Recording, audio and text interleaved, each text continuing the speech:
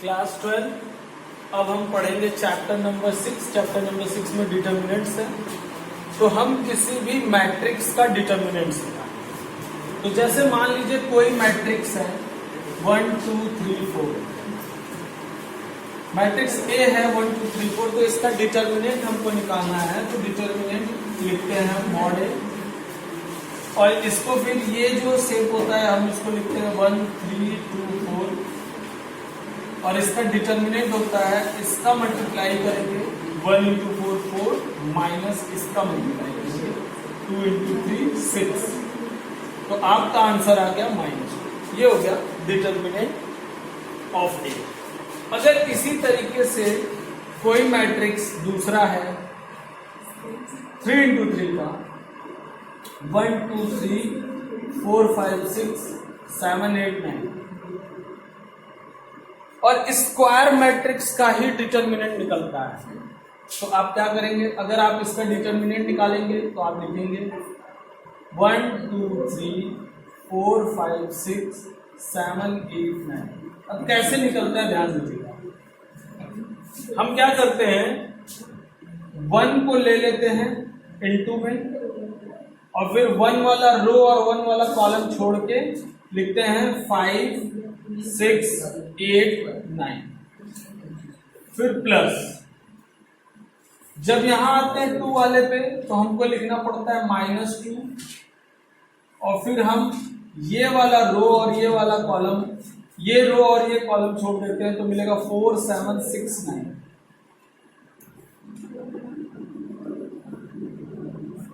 और फिर 3 को हम लेते हैं, फिर लिखते हैं +3, और ये वाला रो और ये वाला कॉलम छोड़ते हैं तो मिलता है 4 5 7 8।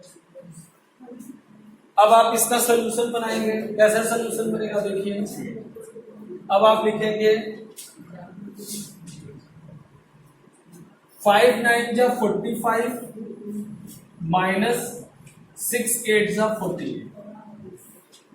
फिर आप यहाँ लिखेंगे -2, 4 9 जा 36 माइनस 7 6 जा 40। फिर आप लिखेंगे +3, 4 8 जा 48, 32 माइनस 7 5 जा 30। फिर आप इसको सॉल्व कर देंगे, ये आपकी वैल्यू आ जाएगी। ठीक है। इसके अब देखिए एक और एग्जांपल से आप समझिए। मान लीजिए आपके पास कोई A11 A12 और A13, फिर 21 22 23 और 31 32 33। तो ध्यान दीजिएगा क्या करना है इसमें। हम A11 लिखते हैं, और यहाँ पे -1 की पावर 1 + 1 लिखोगे 2, तो पॉजिटिव आ जाएगा। और डिटर्मिनेंट इस रो और इस कॉलम को छोड़ेंगे, A22 A23 A32 और A33, फिर प्लस। फिर आप क्या लिखेंगे A12 -1 का पावर 1 और 2 लिखते हैं 3 आ जाता है। इसी वजह से माइनस लिखते हैं, इसको प्लस लिखते हैं, और इसी वजह से इसको माइनस लिखते हैं, जो मैं पिछले क्वेश्चन में डायरेक्ट लिखा था। इसके बाद आप ये वाला रो और कॉलम छोड़ देंगे, तो आपको मिलेगा 2 1 3 1, और ये मिलेगा आपको 2 3 3। इसके बाद आप लिखेंगे A13 -1 टू द पावर 1 + 3, 1 3 है तो -1 की पावर 1 + 3, तो 4 हो जाता है। इस वजह से इसको प्लस लिख देते थे, और ये वाला रो और ये वाला कॉलम हटेगा तो मिलेगा A21 A22 A31 और A3। और इसके बाद आप आगे समझते हैं क्या करना होता है। आगे क्या करना होता है, आप इसका मल्टीप्लाई इसमें करेंगे माइनस इसका मल्टीप्लाई इसमें, इसका मल्टीप्लाई इसमें करेंगे माइनस इसका मल्टीप्लाई इसमें। तो वही प्रक्रिया इस तरीके से आप जो है डिटरमिनेंट। मान लीजिए अगर आपको 4/4 का मैट्रिक्स मिला, तो 4/4 के मैट्रिक्स में आप क्या करेंगे? मान लीजिए आपको मिला 1 1 1 2 1 3 1 4, 2 1 2 2 2 3 2 4, 3 1 3 2 3 3 3 4 और 4 1 4 2 4 3 4। मान लीजिए 4/4 का मैट्रिक्स। तो कैसे सॉल्व करोगे? यहां पे आप लिखेंगे A11 और -1 टू द पावर 1 + 1, और फिर आपको ये रो और ये कॉलम छोड़ना है और आपको पूरा मैट्रिक्स लिखना है। A21 A23 A24 A32 A33 A34 A42 A43 A44। ठीक है, इसके बाद आपको क्या करना है? फिर से आप जो है इसको लिखेंगे। इसके बाद देखिए आप क्या करेंगे, यहाँ पे A12 लिखेंगे, -1 का पावर 1 + 2 3 हो जाएगा, नेगेटिव हो जाएगा। फिर आपको क्या करना है? ये वाला रो कॉलम छोड़ना, तो आपको 2 1 3 1 4 1 मिलेगा। अब ये वाला छोड़ेंगे, 2 3 3 3 4 3, और ये वाला मिलेगा 2 4 3 4 4। इसी तरीके से फिर आप लेंगे A13 -1 का पावर 1 + 3 लिखेंगे, और ये वाला रो और ये वाला कॉलम छोड़ के ये 3 3 3 का डिटर्मिनेंट बनाएंगे। फिर आप लिखेंगे 4 वाला A14 और -1 की पावर 5 हो जाएगी, और फिर ये वाला रो और ये वाला कॉलम छोड़ के ये डिटर्मिनेंट बनाएंगे। अब आपको इन जो 1 2 और 2 और डिटर्मिनेंट्स मिलते हैं, इन चारों डिटर्मिनेंट्स को आप सॉल्व करके फिर आप इसमें मल्टीप्लाई। अब ये 3/3 का डिटर्मिनेंट कैसे सॉल्व होगा, जैसे अभी पीछे बताया। तो इस तरीके से आपको सोल्यूशन। अब डिटर्मिनेंट में एक चीज आती है minors and cofactors. Minors and cofactors, तो देखिए माइनर्स एंड कोफैक्टर्स क्या होते हैं? दोनों लगभग एक ही चीज है। जैसे मान लीजिए आपके पास एक मैट्रिक्स है A11 12 13 21 22 23 31 33 32 33। अब देखिए माइनर्स आपको निकालने हैं, तो इन सब के माइनर्स निकाले जाते, इन सब के। जैसे आपने A11 का आपको माइनर निकालना, तो 1 वाला रो 1 वाला कॉलम छोड़ दीजिए, जो बचा 2 2 2 3 3 2 3 3, ये A11 का माइनर है। अगर आपको 2 3 का माइनर निकालना है, तो ये वाला रो और ये वाला कॉलम छोड़ दीजिए, तो माइनर ऑफ 2 3 हो जाएगा आपका। माइनर ऑफ 2 3, आप ये वाला रो कॉलम छोड़ देंगे तो क्या मिलेगा आपका? 1 1, ये वाला रो और ये वाला कॉलम 1 1 1 2 और 3 1 3, माइनर ऑफ 2 3 हो गया।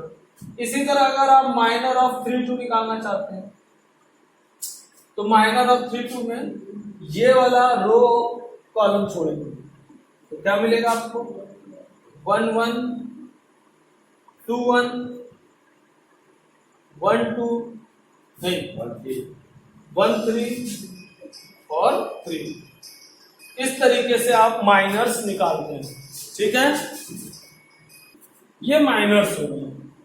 और अगर हम माइनर्स को साइन के साथ लिखते हैं तो कोफैक्टर्स हो जाते हैं। जैसे देखिए 1 1 का साइन हो जाएगा -1 की पावर 1 + 1, तो अब ये कोफैक्टर हो गया। 2 3 का को फैक्टर हो जाएगा। यहीं पे हम क्या कर देंगे, -1 का पावर 2 + 3, तो ये को फैक्टर होगा। और 3 2 का अगर हम लिखें तो -1 का पावर 2 + 3। तो जब हम विदाउट साइन लिखते हैं तो माइनस हो जाता है, और साइन के साथ लिखते हैं तो को फैक्टर कहलाता है। ठीक है, तो आपको जो है इस तरीके से डिटर्मिनेंट का 6.1 कर लेना है। और अब हम देखेंगे 6.2। प्रॉपर्टीज ऑफ डिटर्मिनेंट में पहली प्रॉपर्टी ये है कि आप इस वाले रो को लेकर उसके कोफैक्टर्स को लिख के डिटर्मिनेंट की वैल्यू निकालिए, या इस वाले रो को लिखकर या इस वाले रो को लिखकर करिए।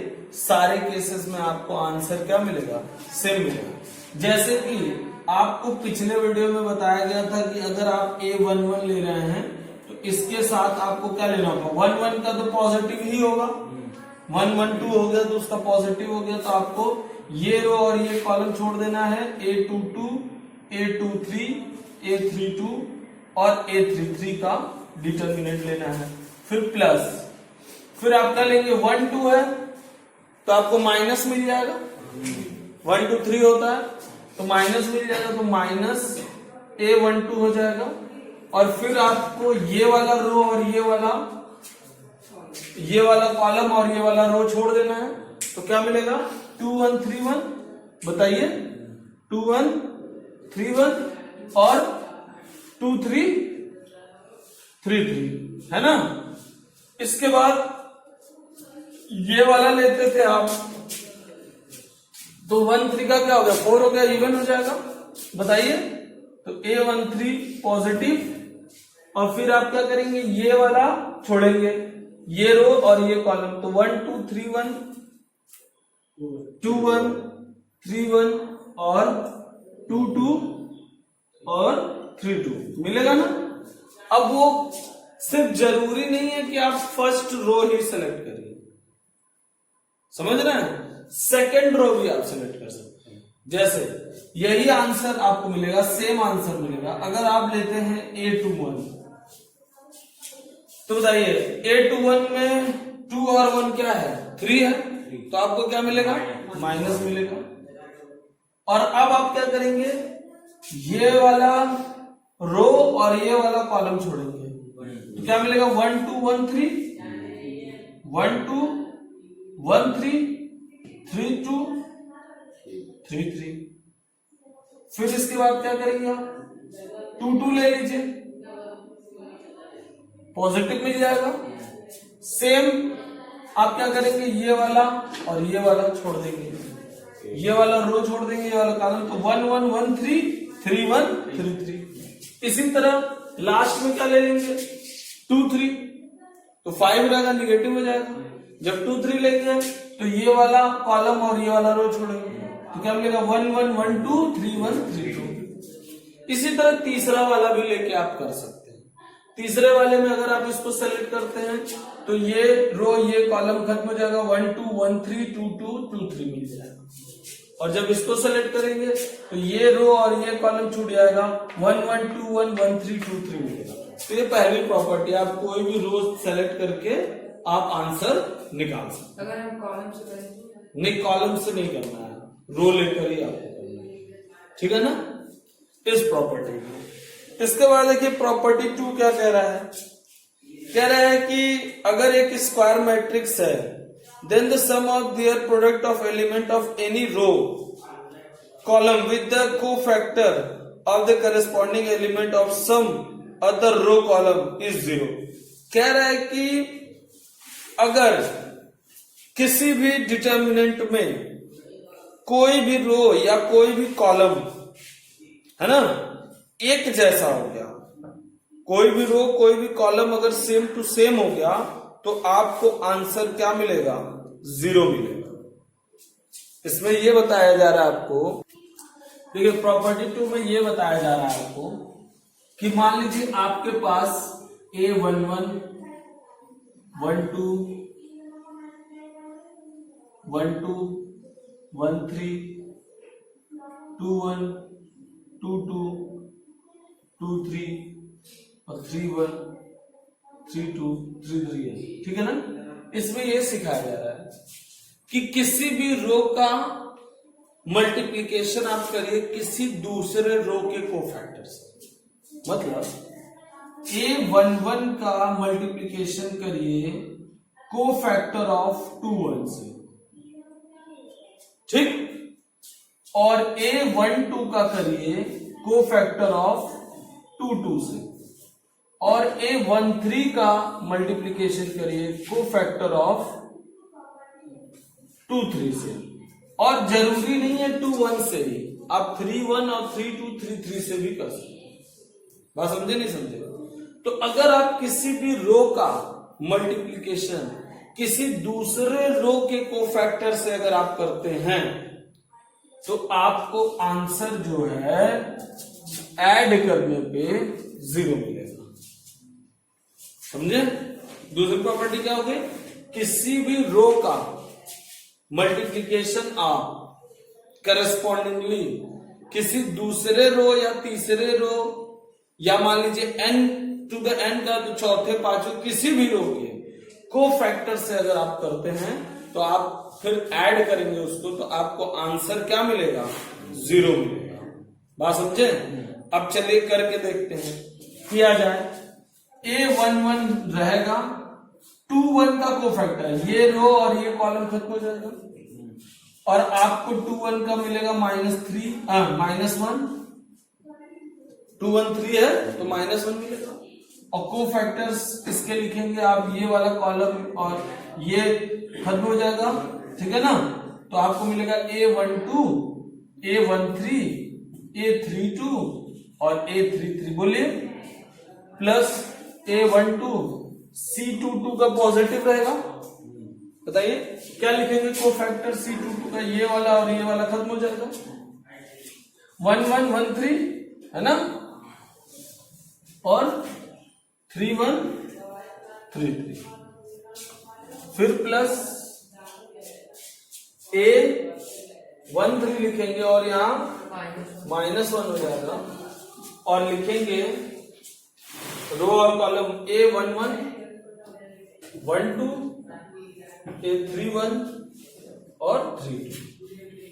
अब जब आप इसका सोल्यूशन बनाएंगे, जब आप ऐसे इसको लिखेंगे -A11 और इसको लिखेंगे A12 3 3 -A13 3 2, और फिर जब आप इसका मल्टीप्लाई करेंगे तो ये जाएगा A11 1 2 3 3 माइनस प्लस हो जाएगा A11 1 3 3 2, बोलिए होगा।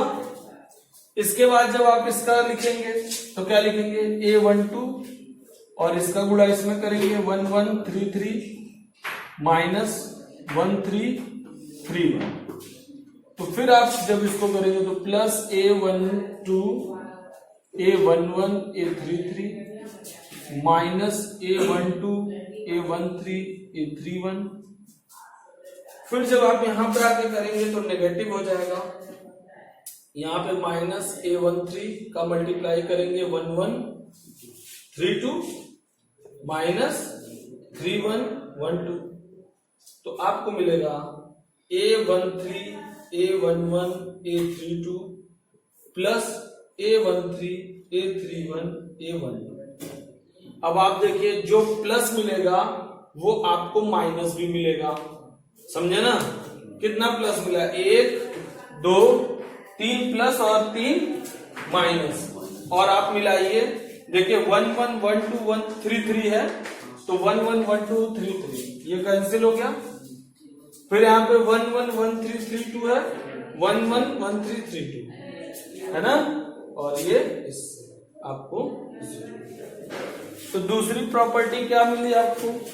किसी भी रो का किसी दूसरे रो के कोफैक्टर से अगर हम मल्टीप्लाई करके एडिशन करते हैं तो हमको आंसर क्या मिलता है? 0 मिलता है। ठीक है, तो ये आपकी दूसरी प्रॉपर्टी हो गई। अब देखिए प्रॉपर्टी 3 है।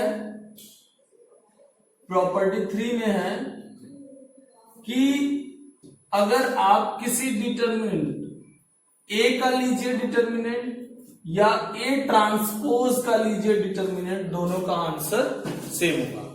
तो अब इसको वेरीफाई करने के लिए मैं कैलकुलेशन नहीं करूंगा, आप क्या करिए, A11, 12, 13 करके एक डिटर्मिनेंट ले लीजिए, फिर दूसरा फिर उसका ट्रांसपोज ले लीजिए, दोनों का किसी भी रो कॉलम को लेकर सोल्यूशन बना लीजिए, आप देखिए आपका सोल्यूशन सेम आएगा। ठीक है, कोई दिक्कत नहीं। ये प्रॉपर्टी आप खुद वेरीफाई कर सकते हैं। चौथा नंबर में देखिए क्या कह रहा है, प्रॉपर्टी 4 में कह रहा है कि एक स्क्वायर मैट्रिक्स है, ठीक, एक स्क्वायर मैट्रिक्स है और बी एक मैट्रिक्स है जो कि ए को इंटरचेंज करके लिया जा रहा है, उसके दो रो और कॉलम को। अब देखिए क्या कह रहा है, प्रॉपर्टी नंबर 3 में कह रहा है कि 3 प्रॉपर्टी में क्या कह रहा है, अगर आपने कोई एक डिटर्मिनेंट ले लिया है, ठीक है, मान लीजिए आपका डिटर्मिनेंट है 1 1 1 2 1 3 2 1 2 2 2 3 और 3 1 3 2 3 3।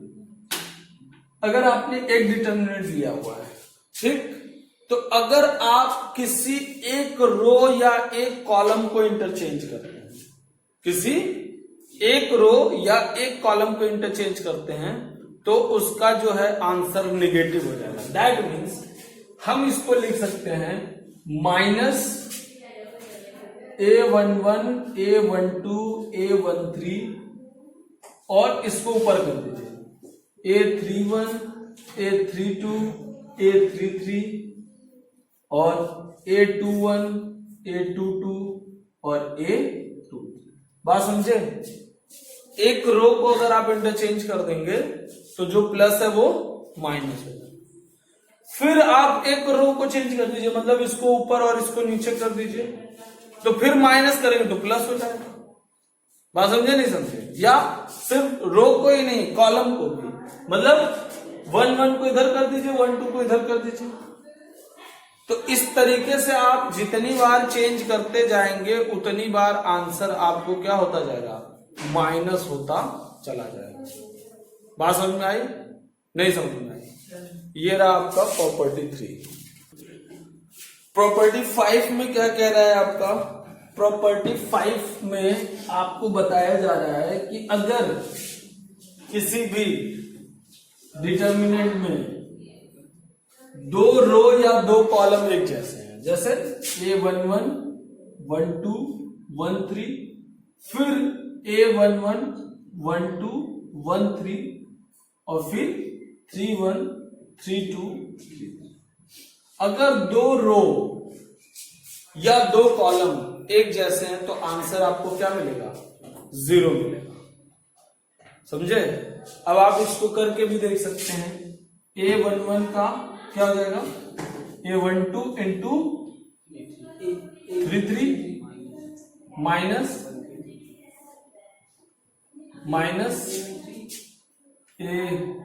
A13 इंटू 3 माइनस A12 का लिखेंगे 1 1 3 3 माइनस 3 1 1 3 होगा ना,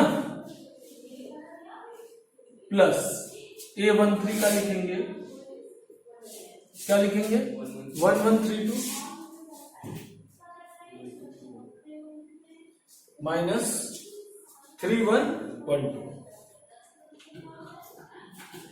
अब इसको ब्रेक करेंगे, आपको क्या मिलेगा, A11 1 2 3 3 minus A11 1 3 3 2 minus A11 1 2 1 1 3 3 plus A12 3 1 1 3 plus A13 1 1 3 2 minus A31 1 2 1 3।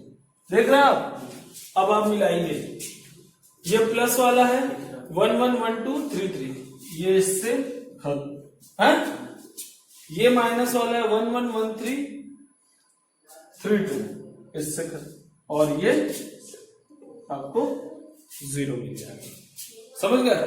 तो कोई भी दो रो या दो कॉलम आपस में आइडेंटिकल हो गए तो आपका जो डिटर्मिनेंट की वैल्यू है वो 0 हो जाएगा। तो हमने रो करके दिखा दिया, आप कॉलम करके भी चेक कर सकते हैं। ठीक है, तो ये था आपका प्रॉपर्टी 5, डिटर्मिनेंट की प्रॉपर्टी नंबर 5 हो गई। इसके बाद आइए प्रॉपर्टी नंबर 6 में क्या कह रहा है। प्रॉपर्टी 6 में कह रहा है अगर एक स्क्वायर मैट्रिक्स है और बी मैट्रिक्स एक ऐसा है जो ए के प्रत्येक एलिमेंट को किसी स्केलर से मल्टीप्लाई करते रहे। ठीक है, देखिए अगर हम किसी डिटर्मिनेंट या किसी मैट्रिक्स, ठीक है, किसी मैट्रिक्स के किसी भी रो को या किसी भी कॉलम को किसी स्केलर से मल्टीप्लाई करते हैं और हमको दूसरा मिल जाता है, जैसे मान लीजिए यहां पे हमने A B C D E F G H I है, ठीक, और इसके किसी भी एक रो या कॉलम में हमने K से मल्टीप्लाई किया है, तो हम इस K को कॉमन बाहर ले लेंगे और हमको मिल जाएगा A B C D E F G H I। बात समझते हैं? यानी अगर आप मल्टीप्लाई करते हैं K का तो वो किसी भी रो या किसी भी कॉलम में मल्टीप्लाई होगा, और कॉमन लेते हैं तो आपको क्या करना, किसी भी रो या किसी भी कॉलम में तो K एक कॉमन हो जाएगा। तो ये दूसरे शब्दों में हम ऐसे भी कह सकते हैं कि A और B अगर दो मैट्रिक्स हैं और B को K से मल्टीप्लाई करने पे B मिल रहा, A मिल रहा है, तो हम क्या कर सकते हैं, अगर K उसमें से कॉमन निकाल लें तो A वाला मैट्रिक्स और B वाला मैट्रिक्स दोनों क्या रहेंगे, सेम रहेंगे, बराबर रहेंगे, इक्वल रहेंगे। बात समझ में आए? दूसरे शब्दों में ये हो गया, और मल्टीप्लाई मतलब किस रो और कॉलम में किसी भी रो कॉलम में नहीं, जो A और B को मिलने के लिए A और B जो मिल रहा है आप उसमें देखेंगे कि कोई एक ऐसा रो होगा या कोई एक ऐसा कॉलम होगा जिसमें किसी अलग नंबर से मल्टीप्लाई किया गया होगा, तो आप उसको कॉमन बाहर निकालेंगे। सेम यही प्रोसीजर, अभी आप कैसे मल्टीप्लाई कर रहे हो तो अंदर किसी रो या किसी कॉलम में हो रहा है ना, हमने पहले वाले कॉलम में कर दिया, अब पहले रो में कर दीजिए, तो ऐसा नहीं है। ठीक है ना, किसी भी रो या किसी भी कॉलम में आप मल्टीप्लाई कर सकते हैं, या किसी भी रो या किसी भी कॉलम में कुछ कॉमन है तो उसको आप बाहर ले सकते हैं। ये आपका हो गया प्रॉपर्टी नंबर 6। प्रॉपर्टी 7 में क्या कह रहा है, प्रॉपर्टी 7 में देखिए कह रहा है, क्या कह रहा है मैं समझा रहा हूं। प्रॉपर्टी 7 में कह रहा है कि अगर कोई मैट्रिक्स इस तरीके से है A B C D plus E F plus G H plus I J K L, कोई मैट्रिक्स इस तरीके से, ठीक है, तो आप इसको दो हिस्से में लिख सकते हैं, दो मैट्रिक्स के रूप में लिख सकते हैं। कैसे? आप लिख सकते हैं A B C D F H J K L plus A B C E G I और J K L, आप ऐसे भी लिख सकते हैं। लेकिन जोड़ेंगे तो 2 ही हो जाएगा। ये ना 2A हो जाएगा, लेकिन जब आप मल्टीप्लाई करेंगे और मल्टीप्लाई करके इनका एडिशन करेंगे तो जो फाइनल आंसर आएगा वही इसका भी, अगर मल्टीप्लाई करके एडिशन करेंगे तो फाइनल आंसर दोनों का क्या आएगा, सेम आएगा। और ज्यादा है यहां पे मतलब ये हुआ कि अगर ये A है, ठीक है, और ये डिटर्मिनेंट B है और ये डिटर्मिनेंट C है, तो आप लिख सकते हैं determinant of A is equal to determinant of B plus determinant of C। Matrix की बात नहीं कर रहा है वो, ये नहीं कह रहा है कि matrix of A is equal to matrix of B plus matrix of C, ये नहीं कह रहा है, इसमें अंतर है। वो क्या कह रहा है प्रॉपर्टी नंबर 7 में कि अगर आपको इस तरीके से मैट्रिक्स दिया है, ठीक है, या डिटर्मिनेंट दिया है, तो आप क्या कर सकते हैं, इसके A B C D F H और जे के एल का अलग डिटर्मिनेंट और प्लस ए बी सी ई जी ए आई और जे के एल का अलग डिटर्मिनेंट, इन दोनों डिटर्मिनेंट की वैल्यू अलग अलग सॉल्व करके उनको ऐड करिए या डायरेक्ट इसके डिटर्मिनेंट को सॉल्व करिए, दोनों का आंसर आपको सेम मिलेगा। बात समझ में आई? वो ये नहीं कर रहा था कि इस डिटर्मिनेंट को, इस मैट्रिक्स को इन दोनों मैट्रिक्स के रूप में आप लिख सकते हैं, वो ये बात नहीं कर रहा। मैट्रिक्स लिखना अलग हो गया और डिटर्मिनेंट लिखना अलग हो गया। बात समझ में आई? क्लियर हुआ? तो अगर इस तरीके से आपको एक डिटर्मिनेंट दिया है, बीच में ऐड है, तो आप उसको दो डिटर्मिनेंट के रूप में लिख सकते हैं। इवन दो नहीं, अभी यहां पे भी और हो तो आपका कितना हो जाएगा, आपका 3, 4, 5 के रूप में भी आप लिख सकते हैं। बात समझ में आई? क्लियर हुआ? अगर वो ये एडिशन जे प्लस कुछ में रहता, हाँ, यहां पे रहता तो पहले तो ये वाली लाइन आप पूरी लिखते, इसमें भी ये वाली लाइन पूरी लिखते, फिर इसका भी 2 पार्ट होता और इसका भी 2 पार्ट होता, तो टोटल कितना हो जाता, 4 पार्ट हो जाता। बात समझ में आए? ठीक है ना? क्लियर? अब देखिए प्रॉपर्टी नंबर 8 में क्या कह रहा है। देखिए प्रॉपर्टी नंबर 8 में क्या कह रहा है, प्रॉपर्टी नंबर 8 में कह रहा है कि अगर कोई matrix A1 B1 C1 A2 B2 C2 और A3 B3 C3 है ना, ठीक, और कोई डिटर्मिनेंट B है जो इस तरीके से है कि A1 A2 A3 B1 plus K B1 K C1 और B2 प्लस K C2 और B3 प्लस K C3 और फिर C1 C2 C3, तो A बराबर B हो जाएगा।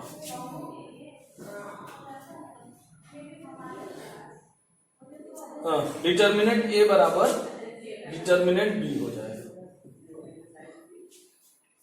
समझे क्या कह रहा है? इसका मतलब क्या हुआ कि अगर कोई एक A मैट्रिक्स है, इसका हम डिटर्मिनेंट ले रहे हैं, और दूसरा मैट्रिक्स ऐसा है कि A मैट्रिक्स जैसा है लेकिन इसका कोई रो या कोई कॉलम उसके दूसरे रो या कॉलम से क्या है, किसी एक स्केलर से मल्टीप्लाई होके ऐड है। यहां आप क्या देख रहे हैं, दूसरा वाला जो आपका कॉलम है वो तीसरे वाले कॉलम से K मल्टीप्लाई होके क्या हो गया है, ऐड हो गया है, तो इससे कोई फर्क नहीं पड़ेगा, डिटर्मिनेंट A डिटर्मिनेंट B के बराबर होगा। अब देखो कैसे प्रूव कर सकते हैं। आप देखिए B को क्या लिख सकते हैं, B को आप लिख सकते हैं A1 A2 A3 B1 B2 B3 C1 C2 C3 plus ये आपका क्या हो गया, ये हो गया अभी पिछला 8 वाला 7 वाला property, plus A1 A2 A3, यहां से K C1 लिखेंगे तो K हम कॉमन ले रहे हैं, C1 C2 C3 और C1 C2 C3। तो अभी आपने पढ़ा था कि 2 रो या 2 कॉलम आइडेंटिकल हो जाते तो उसका आंसर क्या होता है, 0 हो जाता है। तो आपको ये क्या बचा, A ही तो बचा है ना। तो कोई 2 मैट्रिक्स ऐसे हैं जिसमें दूसरा मैट्रिक्स पहले वाले किसी मैट्रिक्स की तरह ही है, बस उसका कोई भी रो उसके दूसरे K टाइम्स रो से ऐड है, या कोई भी कॉलम K टाइम्स K से K टाइम्स कॉलम से ऐड है, तो आंसर आपको क्या मिलेगा, पहले वाले डिटर्मिनेंट के बराबर ही मिलेगा। क्लियर हुआ? अब देखिए प्रॉपर्टी नंबर 9 में क्या कह रहा है, किसी भी रो या किसी भी कॉलम में सारे एलिमेंट अगर 0 हो गए तो डिटर्मिनेंट की वैल्यू क्या आ जाएगी, 0 आ जाएगी। किसी भी रो किसी भी कॉलम में, मतलब मान लीजिए ये 3 जीरो हो गए, फिर B1 B2 B3 और C1 C2 C3, तो आपका इसका डिटर्मिनेंट का आंसर क्या आएगा? 0 आएगा। अगर ये रो हो गया, आप इसी रो को पकड़ के कोफैक्टर लिख दीजिए, आंसर आपको क्या मिल जाएगा? 0। यानी किसी भी रो या किसी भी कॉलम में सारे एलिमेंट 0 हैं तो उसका डिटर्मिनेंट का वैल्यू क्या आएगा? 0 ही आएगा। ठीक है, ये रहा आपका 9 नंबर प्रॉपर्टी।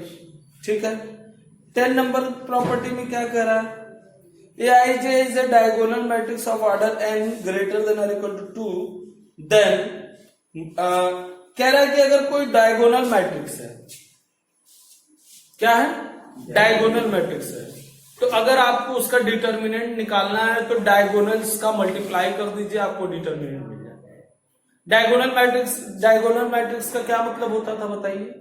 डायगोनल मैट्रिक्स में सारे एलिमेंट 0 होते थे, सिर्फ आपको क्या मिलता था? डायगोनल्स में मैट्रिक्स मिलते थे, एलिमेंट मिलते थे। तो उसका अगर आपको डिटर्मिनेंट, जैसे आपको मिल गया A1 A2 A3, बाकी सब क्या हो गया? 0। तो ये आपका हो जाता था डायगोनल मैट्रिक्स। तो इसका जब आप डिटर्मिनेंट निकालते हैं, तो बस आपको क्या कर देना है? A1 into A2 into A3, लिखने की जरूरत ही नहीं। बात समझ में आई? तो ये हो गया आपका प्रॉपर्टी नंबर 10। ये सब शॉर्ट तरीका है ना, प्रॉपर्टी जानेंगे तो आप जल्दी सोल्यूशन कर पाएंगे, है ना? क्लियर हुआ? नहीं क्लियर हुआ? अब करके भी देख सकते हो। अगर एक बीच में और एक डायगोनल के रूप में कोई आ जाए, नहीं तो वो डायगोनल मैट्रिक्स नहीं कहलाता है। डायगोनल मैट्रिक्स यही होता है, यही आपको मिलना चाहिए, ये नहीं। समझ रहा है? नहीं समझ रहा है? ये नहीं होता है डायगोनल, यही होता है। ठीक, इसका ट्रांसपोज लेंगे तब भी आपको यही मिलेगा। पता है? नहीं पता है? ठीक है ना?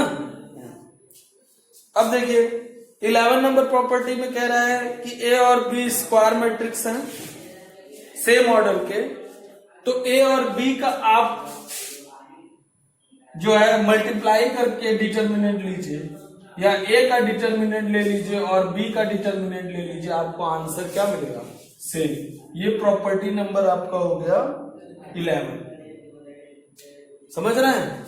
क्या कह रहा है कि A और B दो मैट्रिक्स है सेम ऑर्डर के होने चाहिए, स्क्वायर होने चाहिए। अगर इन दोनों का आपने मल्टीप्लाई करके डिटर्मिनेंट लिया या दोनों का अलग अलग डिटर्मिनेंट लेके मल्टीप्लाई किया तो आपको आंसर क्या मिलेगा? सेम। तो आप दो सेम ऑर्डर के लेके उनका मल्टीप्लाई करके डिटर्मिनेंट लेके चेक कर लीजिए, और दोनों का अलग अलग डिटर्मिनेंट लेके मल्टीप्लाई करके आप चेक कीजिए। बात समझे? इसके बाद देखिए आपको क्या कह रहा है 12 नंबर में। 12 नंबर प्रॉपर्टी में कह रहा है कि अगर एक स्क्वायर मैट्रिक्स है, ठीक है, ऑर्डर n का, और कोफैक्टर जो है A का अगर लिया जा रहा है, the matrix of A cofactor of element A is then determinant C of determinant A to the power n-1। मतलब क्या कहा जा रहा है यहां पे, बात को समझिएगा। यहां पे ये कहा जा रहा है कि अगर आपके पास कोई एक मैट्रिक्स A है और कोई दूसरा मैट्रिक्स C बनाया गया है जो A के कोफैक्टर्स का मैट्रिक्स है।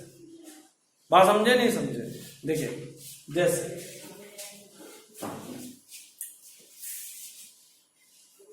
प्रॉपर्टी नंबर 12 में क्या कहा जा रहा है, मान लीजिए आपके पास कोई एक मैट्रिक्स है A11 12 13 21 22 23 और 31 32 33। ये आपके पास एक मैट्रिक्स है। अब हमने क्या किया, एक मैट्रिक्स और बनाया, इसका कोफैक्टर लेंगे। तो A11 का कोफैक्टर लेंगे तो आपको क्या मिलेगा? इसका मल्टीप्लाई और इसका मल्टीप्लाई। तो मान लीजिए हमने कोफैक्टर लिया और हमको मिला C11 C12 C13 C21 C22 C23 और C31 C32 और C33। आपने इसका कोफैक्टर लिया। अब इसके कोफैक्टर का जो आपने मैट्रिक्स लिया है, अगर इसका डिटर्मिनेंट आप निकालेंगे, ठीक है, अगर आप इसका डिटर्मिनेंट निकालेंगे तो आपको क्या मिलेगा, सी का डिटर्मिनेंट जो है आपको मिलेगा ए के डिटर्मिनेंट की पावर 3-1, यानी ए का जो आपने डिटर्मिनेंट निकाला है, ठीक, और ये 3 into 3 का है, तो पावर जो है आपको 3-1। अगर 4 into 4 का है, स्क्वायर मैट्रिक्स। हाँ, स्क्वायर मैट्रिक्स पे ही सारे एप्लीकेशन आपको पढ़ने हैं। 4 into 4 का तो आपको क्या मिलेगा, उसके डिटर्मिनेंट का पावर 4-1, यानी c is equal to a to the power n-1। और c किसका डिटर्मिनेंट है, a के कोफैक्टर्स का डिटर्मिनेंट। बात समझ में आई? नहीं समझ में आई? ठीक है, तो इस तरीके से आपको कर लेना है, ठीक है। तो ये आपकी 12 प्रॉपर्टी हैं। इन 12 प्रॉपर्टी के आधार पे इस एग्जाम्पल्स को आपको करना है। आप ट्राई करेंगे, इसके बाद जो है बहुत सारे एग्जाम्पल्स हम भी कराएंगे आपको, और बहुत सारे एग्जाम्पल्स आपको खुद करना है, ठीक है।